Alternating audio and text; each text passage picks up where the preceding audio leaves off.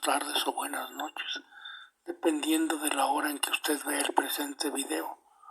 Hoy abordaremos el tema de la muerte de Tupac Amaru, acaecida en el año de 1572 de la era cristiana. El día 24 de septiembre de 1572 es ejecutado en la Plaza Mayor del Cusco el soberano Tupac Amaru. Tras un juicio sumario que duró 3 días, el último gobernante del reino de Vilcabamba fue condenado a muerte por aprobación del virrey Francisco de Toledo. El rey Inca era acusado de ordenar el asesinato de embajadores españoles, pese a los pactos o tratados que ambos reinos habían establecido durante el gobierno de su hermano Titu Cusi Yupanqui. Hubo una opinión dividida entre los europeos sobre el destino del soberano. Su defensa fue hecha por los frailes franciscanos y jesuitas, así como por sus parientes incas, mientras que la parte acusadora, donde se encontraba el mismo virrey, se inclinó a favor de su muerte. También había una presión de los cañarís y de los capitanes españoles que habían combatido a los ejércitos incaicos. Se cuenta que el mismo fray Agustín de La Coruña se arrodilló ante el virrey para que éste le perdonara la vida al rey Inca. Según la versión de los jesuitas y otras órdenes, el rey Inca aceptó la fe cristiana antes de su muerte, despojándose de las idolatrías, y que por ende se le bautizó como Felipe Tupac Amaru. Lo cierto es que fue conducido por una escolta hasta la Plaza Mayor del Cusco y colocado por los soldados en un patíbulo. A la ejecución no solo habían asistido las autoridades hispánicas, indios nobles y caciques, sino también miles de indios del común, quienes rodearon la Plaza Mayor y la misma ciudad del Cusco, lamentándose al ver el destino de su soberano. Asistieron tantos indios a la muerte de su rey y señor, que quienes lo presenciaron dicen que apenas se podía pasar a empujones por las calles y plazas.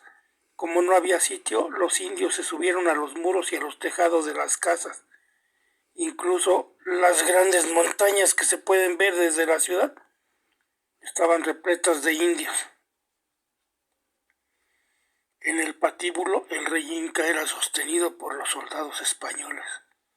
Según los clérigos jesuitas, antes de morir el soberano Tupac Amaru les habló a la muchedumbre persuadiéndoles de que abandonaran el paganismo y aceptaran la fe cristiana.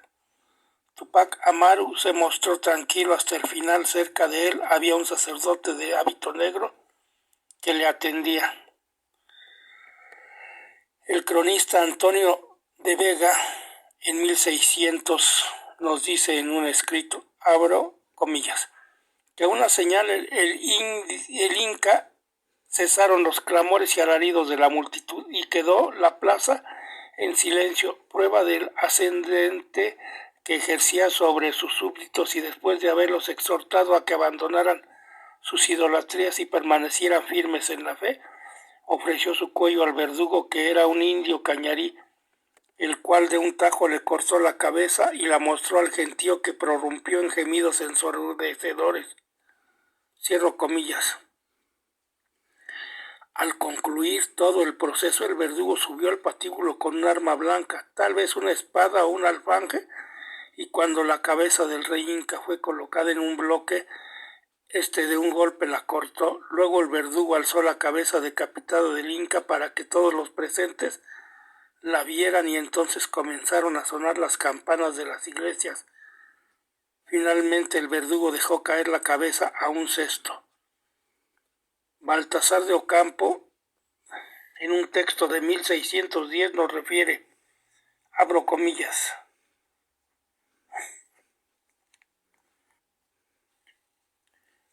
cuando el verdugo, un indio cañarí, llevó el cuchillo que iba a ser utilizado para decapitar a Tupac Amaru, pasó una cosa maravillosa. El Inca, tras haber recibido los últimos ritos de parte de los sacerdotes que estaban junto a él, puso su cabeza en el lugar de la decapitación como un cordero. El verdugo se adelantó y tomándolo por el cabello le cortó la cabeza de un solo golpe y lo levantó para que todos los vieran. La ejecución causó gran dolor y lágrimas en los ojos de todo el mundo. La cabeza fue colocada en una lanza. Cierro comillas.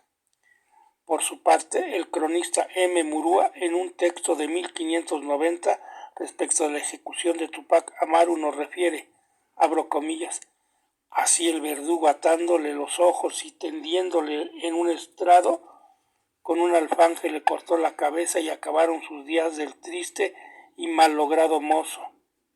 Y cesó por la vía del manco Inga la generación y descendencia masculina.